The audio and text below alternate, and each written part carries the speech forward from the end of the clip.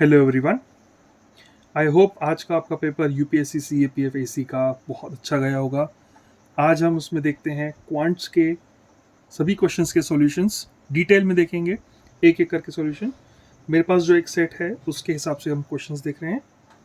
तो let's focus on the questions जिसके लिए आप यहाँ पर आए हैं कि आपको डिटेल सॉल्यूशन चाहिए। पहला क्वेश्चन जो आया था क्वेश्चन नंबर 56 के हिसाब से आगे बढ़ रहा हूँ मैं।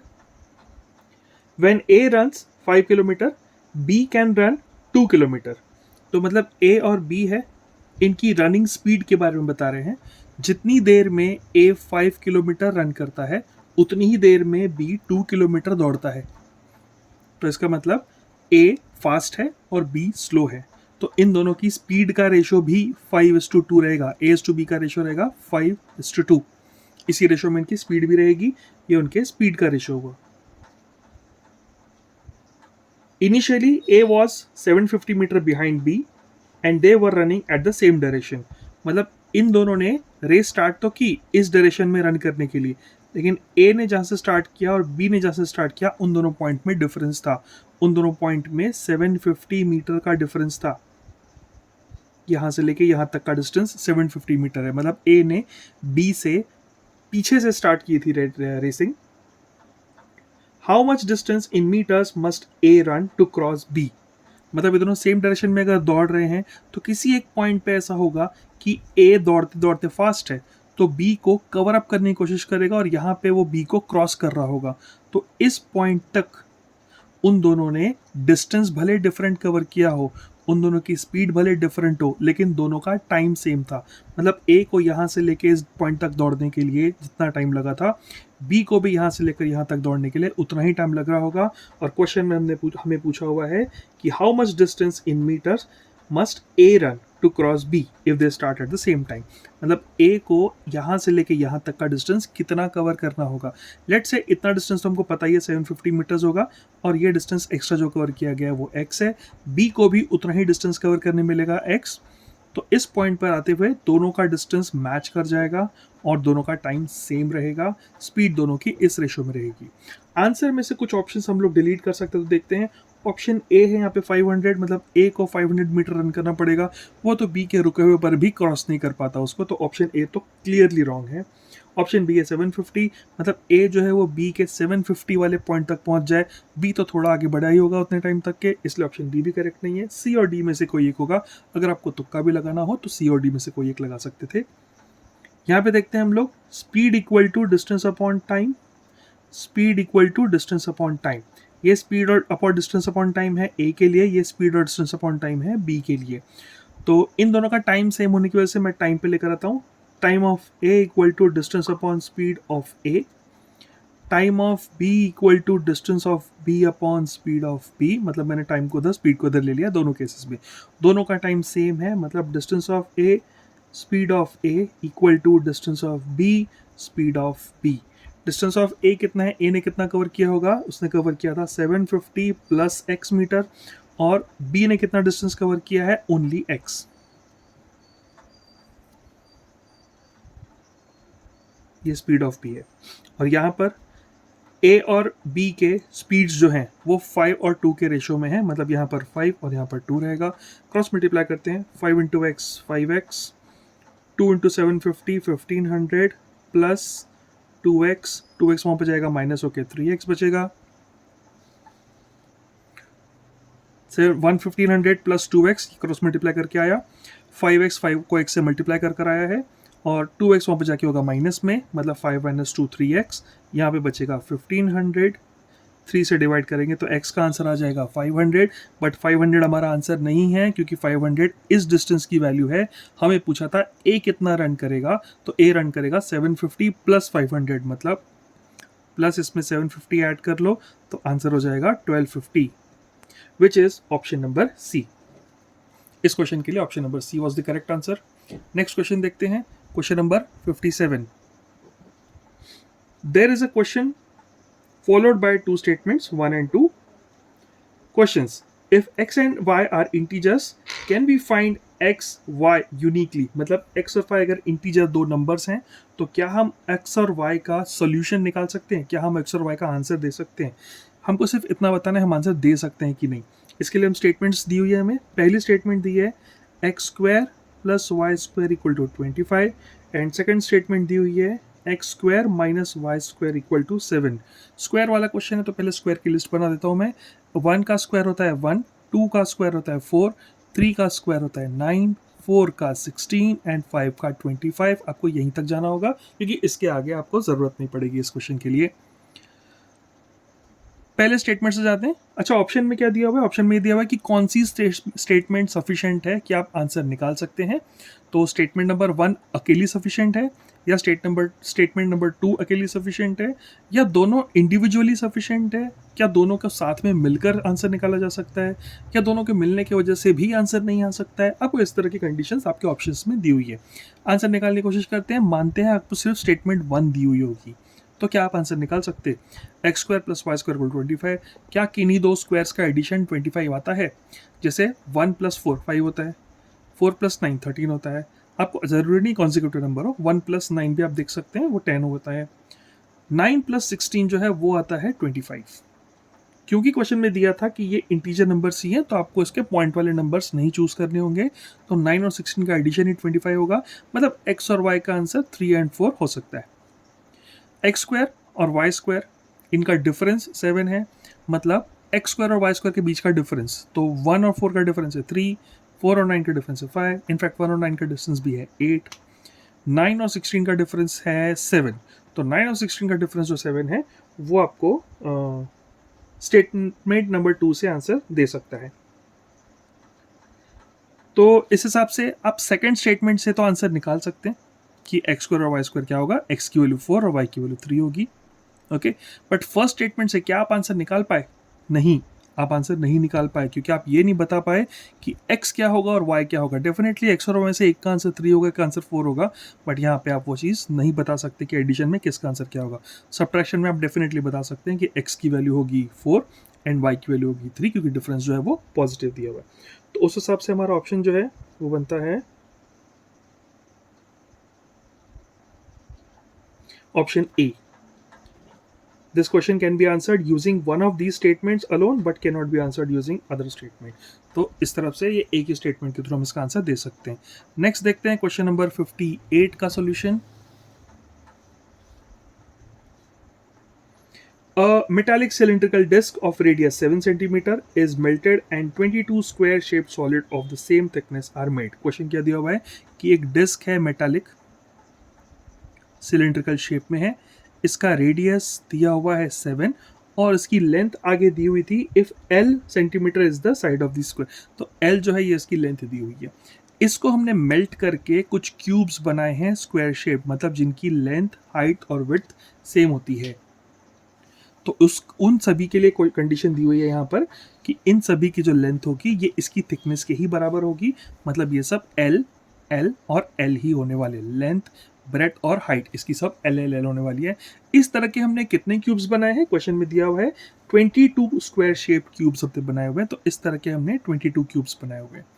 तो इस मेटल की डिस्क को हमने मेल्ट किया और उससे इस तरह के क्यूब्स बनाए। मेटल को मेल्ट करते टाइम पे उसका वॉल्यूम काम में आया और वही वॉल्यूम से हमने यहाँ पर क्यूब्स बनाए हैं, इसलिए दोनों फॉर्मूले में हम वॉल्यूम को इक्वेट करेंगे। सिलेंडर का वॉल्यूम का फॉर्मूला क्या होता है? वॉल्यूम ऑफ सिलेंडर वो होता है pi r square into h, और वॉल्यूम ऑफ क्यूब वो होता है l into b into h. यहाँ पर तीनों ही सेम है इसलिए एल इंटू एल लेंगे। इस तरह के 22 क्यूब्स बने थे इसलिए मल्टीप्लाई बाय 22 करना होगा यहाँ पर। ठीक है, दोनों वॉल्यूम सेम होंगे, so pi r square h I square l, क्योंकि हाइट जो है यहाँ पर एल है, एल इंटू एल इंटू 22। एक एक एल यहाँ पर कैंसिल हो जाएगा। पाई की वैल्यू 22/7, आर की वैल्यू गिवन थी 7 इंटू 7 22, और यहाँ पे l into l is l square. 22 cancel, 7 7 cancel, l square equal to 7 तो आ रहा है, बट हमें क्वेश्चन में पूछा हुआ है एल की रेंज, मतलब एल की रेंज कहाँ कहाँ तक आती है। तो एल स्क्वायर अगर 7 है तो वहाँ पे जाके अंडर रूट हो जाएगा, l equal to under root of 7। लेकिन हमें पॉइंट में आंसर पता है कि ये क्वेश्चन है कि पॉइंट में ही आंसर देने वाला है, तो हम इसमें 700/100 करेंगे। स्क्वायर रूट निकालने पर दिस इज 700 का स्क्वायर रूट अपॉन 10। तो अपॉन 10 मतलब पॉइंट में आंसर आ जाएगा जो ऑप्शन में दिया हुआ है 2.5 2.6। ऊपर का 700 देखते हैं किन दो स्क्वायर्स के बीच में आता है। ऑप्शन से समझ में आ रहा है। 25 से हम स्टार्ट करते हैं।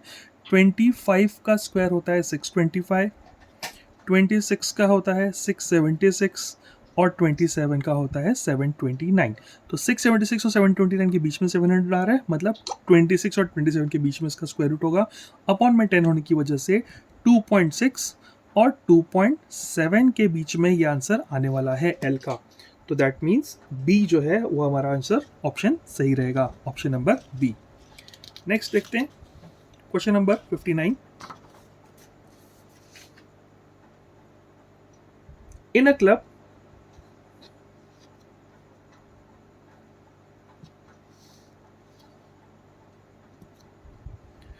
club, there are 58 members.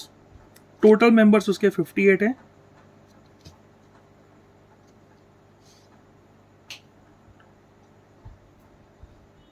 Among them 25 members drink tea.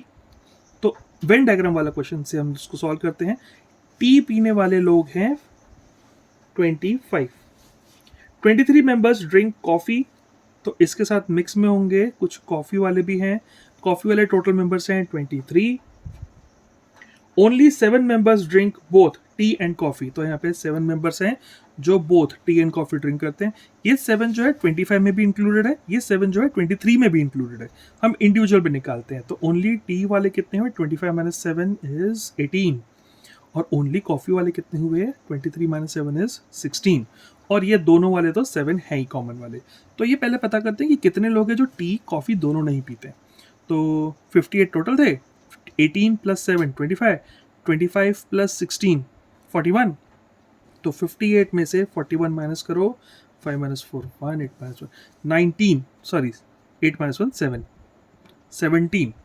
तो 17 ऐसे लोग होते हैं उस मेंबर के, उस कमिटी के, जो टी कॉफ़ी दोनों नहीं पीते।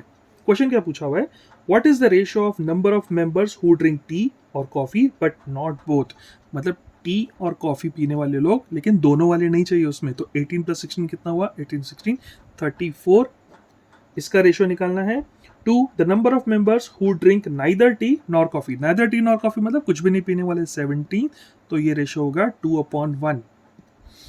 तो option number D is correct. यहाँ पर ध्यान देना एक कैच है, ऑप्शन ए भी 1/2 के रेशियो में है, लेकिन वो उल्टा रेशियो। अगर आप मिस्टेक करेंगे तो आपको 2/1 नहीं 1/2 आंसर मिलेगा, विच इज रॉन्ग आंसर। तो इस हिसाब से ऑप्शन रहेगा 2:1। नेक्स्ट क्वेश्चन देख रहे हैं हम लोग 60। कॉम्प्लिकेटेड तरीके से क्वेश्चन दिया हुआ, लेकिन बहुत ही सिंपल तरीके से सॉल्यूशन देखेंगे इसका। The brightness of lightning event was seen at 19:17 hour, मतलब शाम के 7:06 पे बिजली कड़की थी। Whereas the sound of thunder in the same process was heard at 19:23 hour, लेकिन उसकी जो आवाज़ सुनाई दी गई वो शाम के ही 7:06, सेम है, सेकंड्स में डिफरेंट है 23। तो कितने सेकंड बाद आवाज़ आती है, देखो जो बिजली कड़की थी वो थी 17 सेकंड पर, और जो बिजली की आवाज़ सुनाई दी गई थी वो थी 23 सेकंड्स पर, बाकी टाइम सेम है। तो 17 से 23 आने में कितने सेकंड लगे थे, 17 के बाद 18 19 20 21 22 23, तो टाइम लग रहा है 6 सेकंड। इस पूरे स्टेटमेंट को सिंपल तरीके से बोल सकते थे कि बिजली की आवाज़ 6 सेकंड में सुनाई दी। If the speed of sound is 320 meter per second, तो स्पीड की वैल्यू है 320 meter per second. Then which of the following is the distance in meters between clouds that produce the lightning and thunder and the observer. तो बादलों के बीच में और वो ऑब्जर्वर के बीच में कितना डिस्टेंस था, तो distance equal to question mark. The brightness of lightning event was seen at 19:17 hour, whereas the sound of the thunder in the same process was heard at 19:23 hours। ये क्वेश्चन बहुत घुमा फिरा कर दिया है, लेकिन है काफ़ी सिंपल। जो बिजली कड़की थी वो दिखाई दी थी 19:17, मतलब शाम को 7:06 17 सेकंड पे, और जिसकी आवाज़ सुनाई दी है वो है शाम को 7:06 23 सेकंड पर। तो शाम को 7:06 वाले पार्ट को आप स्किप कर दो। 17 सेकंड से लेके 23 सेकंड तक के होते हैं 18 19 20 21 22 23 6 सेकंड। तो टाइम इक्वल टू हो गया 6 सेकंड। इसको बहुत सिंपल तरीके से बोला जा सकता था कि बिजली की आवाज़ से लेके बिजली कड़कने से लेके बिजली की आवाज़ तक के जो टाइम लगा है वो है 6 सेकेंड, बट बहुत घुमा फिरा के दिया हुआ है। If the speed of sound, speed given है 320 meter per second. If the speed of sound is 320 meter per second, then which of the following is the distance between the cloud that produce the lightning and the thunder and the observer? मतलब बिजली कड़कने वाली जगह, बादलों वाली जगह and observer के बीच का जो डिस्टेंस है वो कितना होगा? डेटा के हिसाब से क्वेश्चन काफ़ी सिंपल हो गया है। Speed equal to distance upon time, speed की वैल्यू है 320, डिस्टेंस फाइंड करना है, टाइम है 6, तो इसको मल्टीप्लाई कर देंगे, डिस्टेंस का आंसर मिल जाएगा 6 0 0, 6 2 12, ऊपर 1, 6 3 18 plus 1 19, 1920। Option C is the correct answer. Next question हम देख रहे हैं, question number 61। A large pot contains 3 litre mixture consisting of milk and water in the ratio 3:2। एक पॉट है, मान लो पॉट एक्स, वहाँ पे लिखा हुआ है नाम उसका एक्स, इसमें मिल्क भी है वाटर भी है इन द रेशियो 3:2 और टोटल वैल्यू है इसकी 3 लीटर। तो आप इस रेशियो को मान सकते हैं 3x एंड 2x, दोनों का एडिशन रहेगा 3 लीटर, मतलब रहेगा 5x equal to 3 litre, x equal to 3/5, 5 1 5, 0.56 30, 0.6 रहेगा x का आंसर। 0.6 आप यहाँ पर और यहाँ पर वैल्यू पुट कर लीजिए, तो मिल्क प्रोपोर्शन में आ जाएगा 3 इंटू 0.6, 6 मतलब 1.8 लीटर, और वाटर आ जाएगा 2 इंटू 0.6 मतलब 1.2 लीटर। ये x वाले पॉट का वैल्यूज क्लियर हो गया। दूसरा एक पॉट है pot y, another pot y contains 100 litre of mixture, मतलब इसकी टोटल वैल्यू है 100 लीटर। मिल्क और वाटर का इसमें रेशियो दिया हुआ है, consisting of milk and water in the ratio 9:1। 9:1 मतलब मिल्क जो है वो 9x प्रोपोर्शन में है और जो वाटर है वो 1x के प्रोपोर्शन में है। टोटल इसका हो जाएगा 100, 10x equal to 100, x equal to 100/10 मतलब 10, x की वैल्यू 10 आ गई, तो मिल्क इसमें हो गया 90, वाटर आ गया 10। How many liters of mixture from pot Y are to be poured into pot X to get the mixture with the ratio of milk to water as 17:3 in pot X? तो मान लो एक pot Z है, नया pot है, उसमें X का पूरा mixture use होने वाला है और Y का कुछ पोर्शन यूज होगा। लेट्स से Y का पोर्शन यूज होगा 5 लीटर्स, तो पूरे 100 लीटर उसमें से यूज नहीं हो रहे हैं, 5 लीटर्स उसका यूज में आने वाला है। तो Z में जो रेशियो आने वाला है मिल्क अपॉन वाटर का वो रहेगा 17/3। क्वेश्चन में गिवन है, so as to get the water milk and water in the ratio 17:3। तो जो मिल्क आएगा वो पहले से कितना था, x का पूरा पूरा यूज होगा 1.8 और y का कितना यूज होगा 9x आउट ऑफ 10। 10 पोर्शन में से 9 पोर्शन इसके यूज में आने वाले हैं और वाटर का पोर्शन रहेगा 1.2 प्लस वाटर यहाँ पे रहेगा 1x, तो 1x अपॉन 10। इसको सिंप्लीफाई करेंगे, it is 1.8 plus 0.9x upon 1.2 plus 0.1x equal to 17/3। Cross multiply करो, 18 3 54 मतलब 5.4 प्लस 9 3 27 मतलब 2.7x equal to 17 into 12, 17 2 34, 3 carry, 17 में 17 प्लस 1 20, पॉइंट लग जाएगा 20.4 plus 0.1 into 17 is 17, 1.7 into x।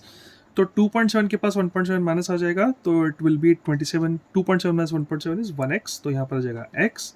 20.4 minus 5.4, 0.4 minus हो जाएगा, 20 माइनस 5 बचेगा 15, x की वैल्यू आ जाएगी 15, मतलब 15 लीटर इसमें से पॉट y में से वैल्यू यूज होगी for pot z, so that ये रेशो आपको मिले। तो 15 मतलब option C is the correct answer. Next हम आगे बढ़ते हैं क्वेश्चन नंबर 62 पे। Question number 62, there a person X has to make a payment of ₹56, उसको टोटल अमाउंट पे करना है 56 rupees. He has 25 ₹2 coin, 25 coins हैं 2 रुपीज के एंड 9 ₹5 कॉइन, 9 कॉइन है जो कि है 5 रुपीज के। In how many different ways he can make this payment. Exactly combination by combination test करते हैं हम, इस पर कोई फॉर्मूला नहीं लगाएंगे इस बार। तो टोटल करना है 56, आपके पास 5 रुपए के कॉइन भी है, 2 रुपए के कॉइन भी है, तो अगर आप 55 5 रुपए के कॉइन यूज करते हैं तो 1 रुपए का कॉइन उसमें 56 में यूज होगा, जो कि आपके पास है ही नहीं। अगर आप 50 रुपीज यूज करेंगे, जैसे इसका इक्वेशन अगर आप बनाने चाहो तो 5 रुपीज के एक्स कॉइन और 2 रुपीज के वाई कॉइन यूज करो, तो टोटल आना चाहिए 56। इस तरह का एक इक्वेशन बनेगा इसका, ठीक है। तो एक्स के जो वैल्यूज रहेगी वो हम स्टार्ट करते हैं 10 से, तो 5 इंटू 10 इज 50, 50 प्लस 6, तो यहाँ पर y की वैल्यू हो जाएगी 3, तो ये 6 होने के लिए इसकी वैल्यू 2 3 ज़ा 6, 5 ज़ा 50, 50 प्लस 6 56। तो 10 कॉइन 5 रुपए के, 3 कॉइन्स 2 रुपए के ये यूज़ हो सकते हैं, but this combination is not valid क्योंकि आपके पास 5 रुपए के 10 कॉइन्स है ही नहीं। फिर भी इससे आगे बढ़ते हैं, लॉजिक लगाने के लिए आसान जाएगा। अगर आप 5 का एक कॉइन कम करने की कोशिश करेंगे तो क्या 2 रुपीज़ के कॉइन्स को सेटिस्फाई कर पाएंगे? नहीं। 2 कॉइन आ जाएंगे तो 4 रुपये हो जाएंगे, 3 कॉइन आ जाएंगे तो 6 रुपये हो जाएंगे। इसलिए आप क्या करेंगे, 5 के कॉइन 2 से कम करेंगे, तो कितने हो जाएंगे? 10 रुपये कम हुए, और वही 10 रुपये आप 2 के कॉइन से कंप्लीट करेंगे, मतलब 5 कॉइन्स उसमें ऐड करने पड़ेंगे। तो 5 के कॉइन आपने 2 से कम किए, 2 के कॉइन आपने 5 से बढ़ा दिए। तो इस हिसाब से 5 into 8 is 40 and 2 into 8 is 16, 40 plus 16 is 56। ऐसे ही आगे बढ़ाते हैं लॉजिक को। 5 के कॉइन 2 से कम कर दो, ये 5 कॉइन बढ़ा दो, इसके कॉइन 2 से कम कर दो, ये 5 से बढ़ा दो, ये कॉइन 2 से कम कर दो, ये 5 से बढ़ा दो, ये कॉइन 2 से कम कर दो, और ये 5 से बढ़ा दो। अब इसमें ये कॉम्बिनेशन इज नॉट वैलिड क्योंकि 5 के 10 कॉइन है ही नहीं, और ये कॉम्बिनेशन भी नॉट वैलिड क्योंकि आपके 2 रुपीज़ के 28 कॉइन्स है ही नहीं, उसके 25 कॉइन्स है। तो 1 2 3 4, ये 4 कॉम्बिनेशन ही वैलिड है। आंसर रहेगा 4, option number B. Next question देखते हैं, क्वेश्चन नंबर 63।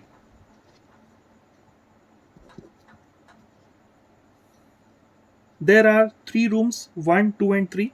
तो room number 1, room number 2, room number 3, 3 rooms है हमारे पास, और इन 3 रूम्स के हिसाब से with occupancy capacity of 3 each, हर तीनों रूम में 3 लोग आ सकते हैं। 5 friends, P Q R S T R 5 friends, तो P Q R S T 5 लोग हैं इसमें। R and S occupy room number 1, यहाँ पे आर और एस आ चुके, एक ही बाकी है। टी ऑक्यूपाइज रूम 2, यहाँ पर टी आ चुका, यहाँ पर 2 ऑक्यूपेंसी है, बस आगे कोई कंडीशन नहीं है। In how many different ways can P and Q occupy the rooms if there is no additional restriction. इसके अलावा और कोई कंडीशन नहीं है, आपको पी और क्यू को बस रूम ऑक्यूपाई करवाने हैं। ऐसा कुछ भी नहीं बोला हुआ है कि रूम खाली रहना चाहिए नहीं रहना चाहिए, हम अपनी चॉइस के हिसाब से इसको यूज़ करेंगे। तो पी और क्यू को हम लोग बिठाते हैं रूम्स में। मान लीजिए पी यहाँ पर आता है, तो क्यू के पास क्या ऑप्शन है? क्यू यहाँ पर आ सकता है 1, क्यू यहाँ पर आ सकता है 2, तो 2 ऑप्शन हो गए। दूसरा, अगर यहाँ पर Q आएगा तो P के पास क्या ऑप्शन है?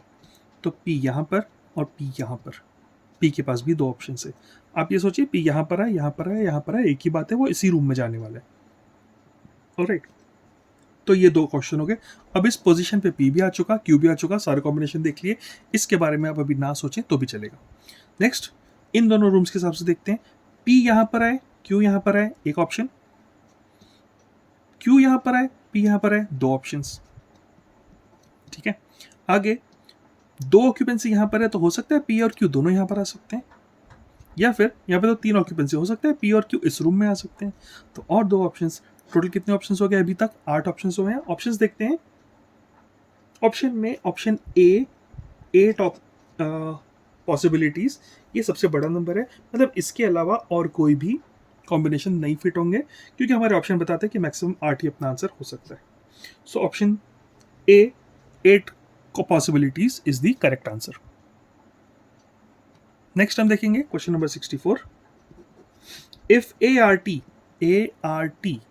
ये वर्ड है, इसको कोड किया हुआ है BQU, then TAR is coded as what?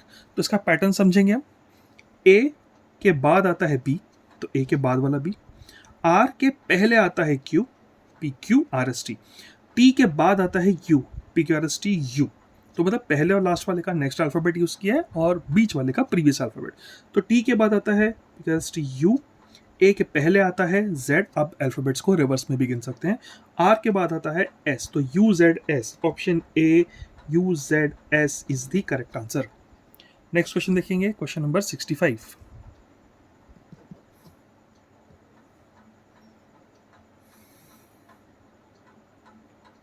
A rectangular wall is, question number 65, हाँ। A shopkeeper marked a price on a article so that he gets 50% profit. After 2 month, मतलब एक शॉपकीपर को profit के हिसाब से कुछ एमआरपी मार्क करनी है। अगर आपको यहाँ पे बेसिक प्राइस नहीं दिया हुआ है ना, आप लोग ऐसे प्रॉफिट एंड लॉस के क्वेश्चन में हमेशा 100 रुपीज़ का कॉस्ट प्राइस अज्यूम करके चलेंगे। तो कॉस्ट प्राइस शॉपकीपर को पड़ा है 100 रुपीज़, कॉस्ट प्राइस मतलब जितने में उसने खरीदा था, और उसके बाद वो चाहता है कि उसमें 50% प्रॉफिट हो, वो उतना प्राइस मार्क करता है। तो उसने सेलिंग प्राइस जो मार्क करके रखा है वो है 150 रुपीज़, मतलब 50% प्रॉफिट के साथ उसने मार्क करके रखा है। After 2 month the sale of the article reduced, मतलब 2 महीने बाद अब ये नहीं बिक रहा है article, so he decided to sell the same article with the profit of 20%, मतलब सेम आर्टिकल 100 पे ही कॉस्ट प्राइस रखेंगे उसकी और 20% प्रॉफिट लेंगे इसका। तो new selling price is 120 rupees, क्योंकि 20% प्रॉफिट बोला हुआ है। What percentage of discount does he announce to get only 20% profit, तो उसको 20% प्रॉफिट तो लेना ही है, 120 रुपीज़ में बेचना है उसको, लेकिन वो इस पे डिस्काउंट कितना है, कैसे ऑफर करेगा। तो काफ़ी लोग इसमें मिस्टेक करेंगे, ये 30 रुपीज़ डाउन हो गया है, मतलब 30% डिस्काउंट, ऑप्शन सी को सिलेक्ट करेंगे, यहीं आप इसके ट्रैप में फंस सकते हैं। ध्यान दीजिए कि 100 रुपीज़ के हिसाब से जो परसेंटेज आएंगे वो सब शॉपकीपर के प्रॉफिट्स रहेंगे, और जो सेलर्स को डिस्काउंट दिखाना होगा वो हमें एमआरपी पर जो प्राइस उस पर प्रिंटेड है उसके हिसाब से, मतलब 150 के हिसाब से बताना पड़ेगा। डेफिनेटली 30 रुपीज़ का डिस्काउंट है, लेकिन किसके हिसाब से, 150 के हिसाब से, मल्टीप्लाइड बाय 100, परसेंटेज में पूछा है इसलिए 0 कैंसिल, 3 5 15, 5 20, 20%, मतलब 20% का डिस्काउंट ऑफर होगा। Option D 20 is the correct answer. Trap में नहीं आना, 30 रुपीज़ का डिस्काउंट है करेक्ट, लेकिन परसेंटेज वाइज 20% का डिस्काउंट है, क्योंकि बेस बदल गया है, हमारा बेस हो गया है 150। नेक्स्ट देखते हैं question number 66। The smaller angle made by the hour and the minute hand is noted when it was 1:30 PM। तो 1:30 PM में हम भी नोट करते हैं क्या एंगल है। तो 1 और 2 के बीच में रहेगा आर हैंड, और 6 पे रहेगा मिनट हैंड। ये कितना एंगल बना रहा है ये हम नोट करने की कोशिश करते हैं। जैसे 12-12 से स्टार्ट करते हैं। 12-12 पर यह एंगल होता है 0 डिग्री, और जब ये मिनट हैंड यहाँ पर आ जाएगा तो बहुत क्लियरली समझ में आ रहा है कि जो मिनट हैंड है वो बना रहा है 180 डिग्री, और जो आर हैंड है ये आपको पता होना चाहिए कि पूरा 360 डिग्री। 12 और 1, 1 और 2, 2 और 3, इन सब में 12 पार्ट में डिवाइड हो रहा है, तो 360 अपॉन 12 विच इज 30, तो 12 और 1 के बीच में 30 डिग्री होता है। 1 और 2 के बीच में, क्योंकि ये परफेक्ट आधा घंटा आगे बढ़ा है, 1 और 2 के बीच में 15 डिग्री और आ जाएगा, तो 30 प्लस 15 मतलब हो गया 45 डिग्री। तो ये जो आर हैंड है वो है 45 डिग्री पे, और जो मिनट हैंड है वो है 180 डिग्री पे। इन दोनों का डिफरेंस 180 माइनस 45 इज 135।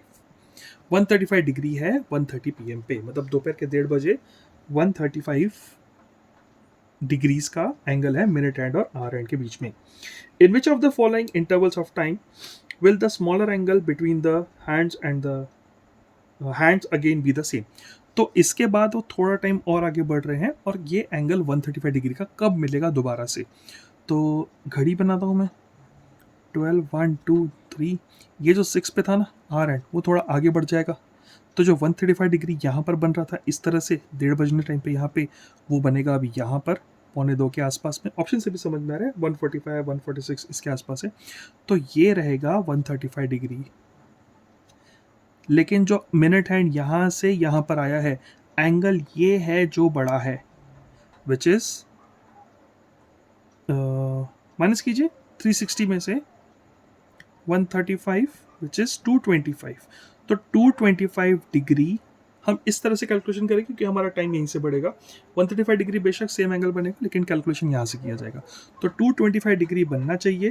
पहले कितना बन रहा था 135 डिग्री, तो कितना एक्स्ट्रा एंगल बनना चाहिए, इन दोनों को डिफरेंस निकाल के देखेंगे, तो 5 - 5 0, 22 - 13 इज 9, 90 डिग्री एक्स्ट्रा बनना चाहिए। ठीक है, मिनट हैंड जो है वो 1 मिनट में 6 डिग्रीज चेंज करता है, और आर हैंड जो है वो 1 सेकेंड में 0.5 डिग्रीज चेंज करता है। तो 90 डिग्री कब चेंज करेगा, तो इन दोनों में x लगा दो, मतलब आफ्टर x मिनट्स ये चेंज करेगा, तो इन दोनों का जो डिफरेंस होगा वो होगा 90 डिग्री, मतलब 5.5x equal to 90, 5.5x equal to 90, x equal to 90 upon 5.5 which is 900 upon 55, 5 का टेबल लगाओ, 11, 5 1 ज़ा 5, 5 8 ज़ा 40 एंड 0, 180 अपॉन 11। 11 का अभी पॉइंट में ऐसे निकालते हैं, 11 1 ज़ा 11, 11 1 ज़ा 11, 7 बचेगा, 70, 11 6 ज़ा 0.4 बचा है, तो 4/11, तो 16 पॉइंट कुछ तो भी मिनट के बाद ये होने वाला है। ऑलरेडी 130 हो रहा था, 30 + 16 इज 46, तो 146 और से थोड़ा टाइम आगे, मतलब 146 और 147 के बीच में। Option C is the correct answer. Next question देखते हैं, क्वेश्चन नंबर 67।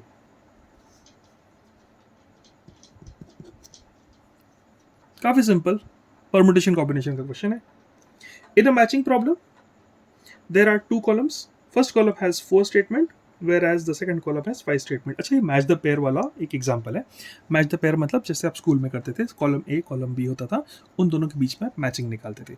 तो ये मैचिंग में कॉलम ए में है 4 ऑप्शंस और कॉलम बी में है 5 ऑप्शंस।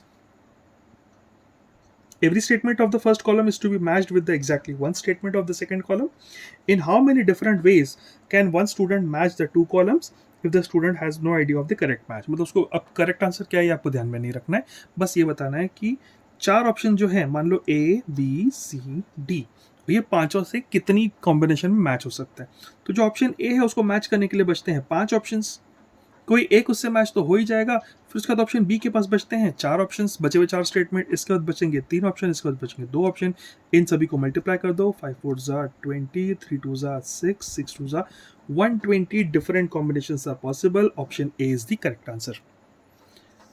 क्वेश्चन नंबर 68 पे जाते हैं।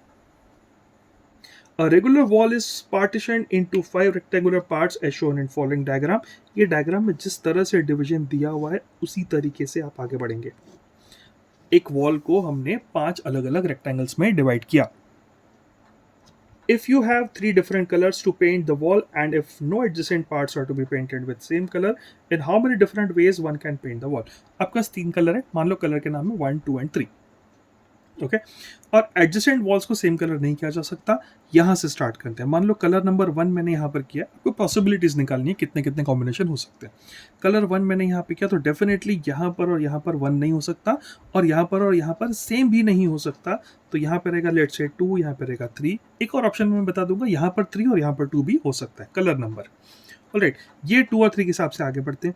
अगर यहाँ पर 2 है तो यहाँ पर क्या आ सकता है? यहाँ पर 1 भी आ सकता है, यहाँ पर 3 भी आ सकता है। यहाँ पर 3 है तो यहाँ पर क्या आ सकता है? यहाँ पर 2 आएगा और यहाँ पर 1 भी आ सकता है, राइट। बट ये दोनों 1 साथ में नहीं आ सकते। मतलब जब यहाँ पर 1 रहेगा तब यहाँ पर 2 ही रहेगा, जब यहाँ पर 3 रहेगा तब यहाँ पर 1 भी रह सकता है, तब यहाँ पर 2 भी रह सकता है। मतलब 1 and 2 is the option, 3 and 1 is the option, 3 and 2 is also the option, क्योंकि 2 भी एडजस्टेंट यहाँ पर नहीं रह पाएगा। तो देयर आर 3 पॉसिबिलिटीज जो कि 2 और 3 के साथ है। अगर मैं 3 ऊपर लिख लूँ, 2 ऊपर लिख लूँ, तो यही 3 पॉसिबिलिटी ऊपर और ये 3 पॉसिबिलिटी फिर नीचे आ जाएगी, तो 3 पॉसिबिलिटीज और। इस तरह से 3 + 3 हुए 1 के साथ। अगर मैं यहाँ पर 2 लिखूँ तो और 3 + 3 मिलेंगे। अगर मैं यहाँ पर 3 लिखूँ तो और 3 + 3 मिलेंगे, तो 1 2 3 4 5 6, 3 6 ज़ा 18। 18 डिफरेंट कॉम्बिनेशन पॉसिबल है। Option C is the correct answer. Next question देख रहे हैं, question number 69। Suppose 1 is less than x y z and less than 9, मतलब एक्स वाई जेड जो है इन तीनों की वैल्यू 0 नहीं हो सकती। कोई भी 1 और 9 के बीच में डिजिट हो सकते हैं, वहां पे इक्वल टू भी दिया तो 1 और 9 भी हो सकते हैं। R integer such that X is greater than Z, X की वैल्यू जेड से ग्रेटर है। ये कंडीशन क्यों दी हुई है आपको आखिरी में समझ में आएगा। Let alpha and beta be 2 3 digit numbers, ये 2 नंबर्स हैं अलग अलग, एक्स वाई जेड मतलब 3 डिजिट का एक number, and this is z y x, उसी का रिवर्स नंबर है। जैसे अगर ये होगा 456 तो ये रहेगा 654। इस तरह से 3 डिजिट के रिवर्स वाले नंबर्स हैं।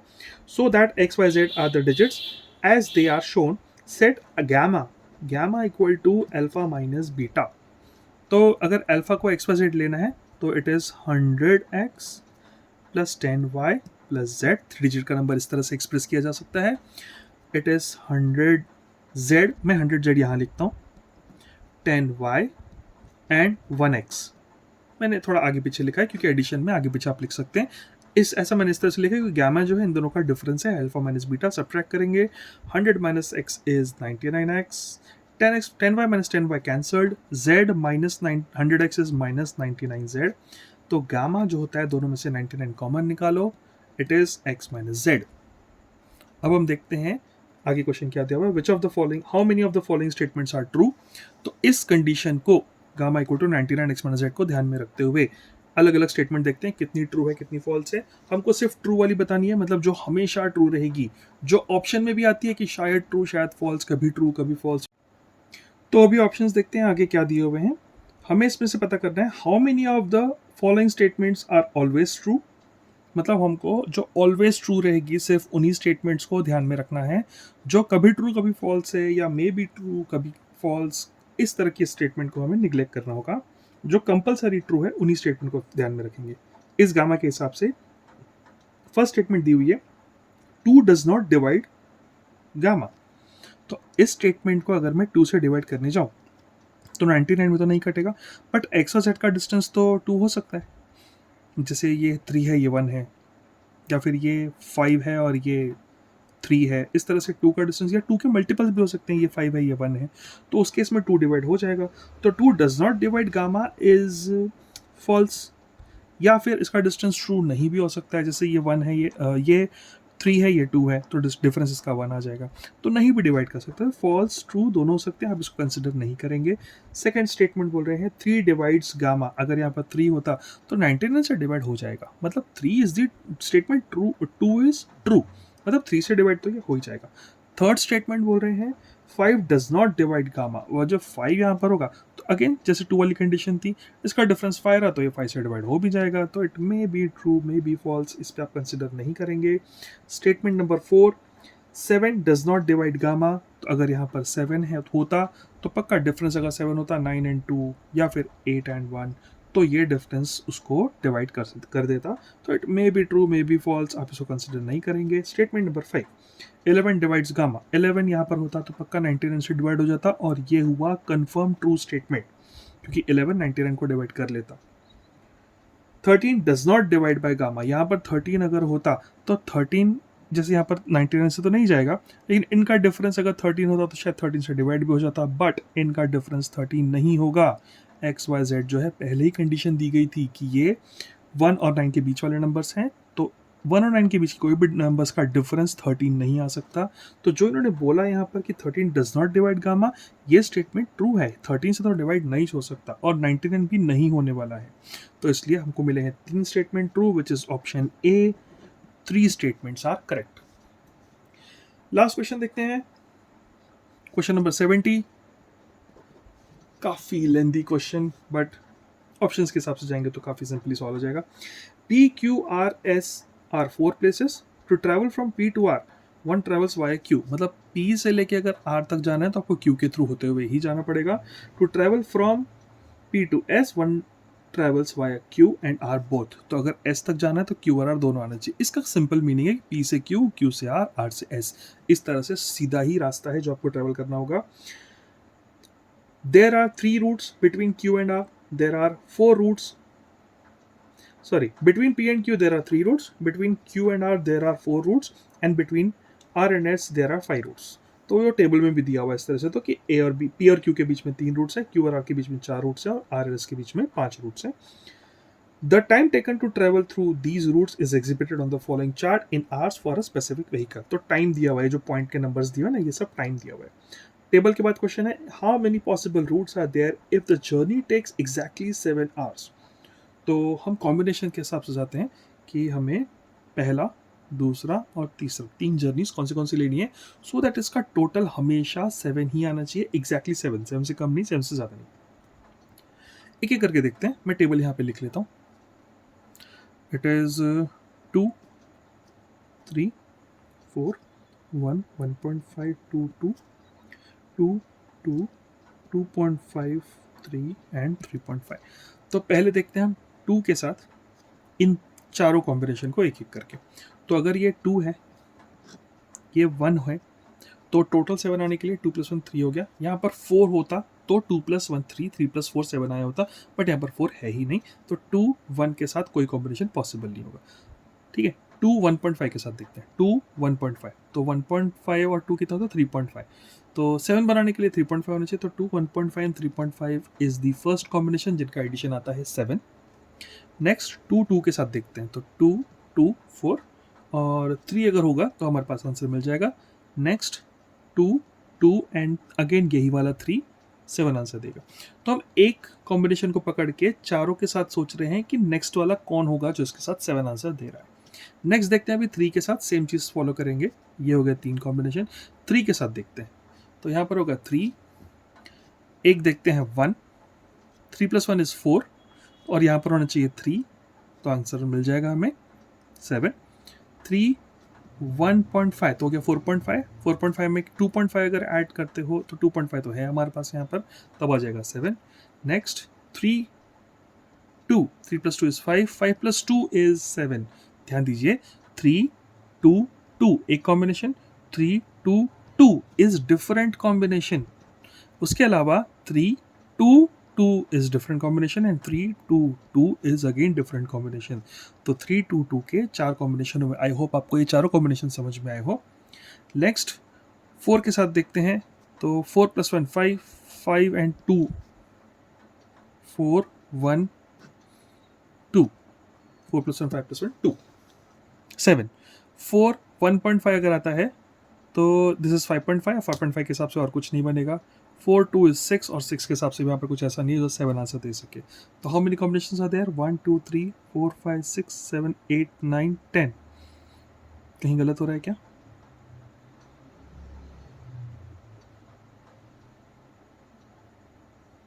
Yes, 4 1 2 4 1 2, there are 2 different combination. तो इस हिसाब से हुए 11 कॉम्बिनेशंस। तो option B is the correct answer, 11। तो इस तरह से हमने देखे क्वांटिटेटिव एप्टीट्यूड के सभी सॉल्यूशंस। आई होप आपको सभी सॉल्यूशंस के आंसर्स करेक्ट मिले हो अपने पेपर में, और all the best for your results. जब आपके रिजल्ट आए तब आप कमेंट्स में ज़रूर बताएं कि आपको कितने मार्क्स मिले हैं, और अभी भी आप कमेंट कीजिए कि आपका पेपर कैसा गया, क्वांटिटेटिव एप्टीट्यूड के सॉल्यूशंस आपको कैसे लगे। अगर आपको ये सॉल्यूशंस और आगे की प्रिपरेशंस के लिए कभी भी इस चैनल की ज़रूरत पड़े तो इस चैनल को सब्सक्राइब करके रखिए। आगे के अलग अलग एग्जाम्स के, एप्टीट्यूड के, रीजनिंग के सभी टॉपिक्स के लिए हम यहाँ पे आपके पास रेडी हैं, आपको अलग अलग टॉपिक पे गाइड करने के लिए। बस चैनल को फॉलो कीजिए, चैनल को सब्सक्राइब कीजिए और हमारे साथ बने रहिए।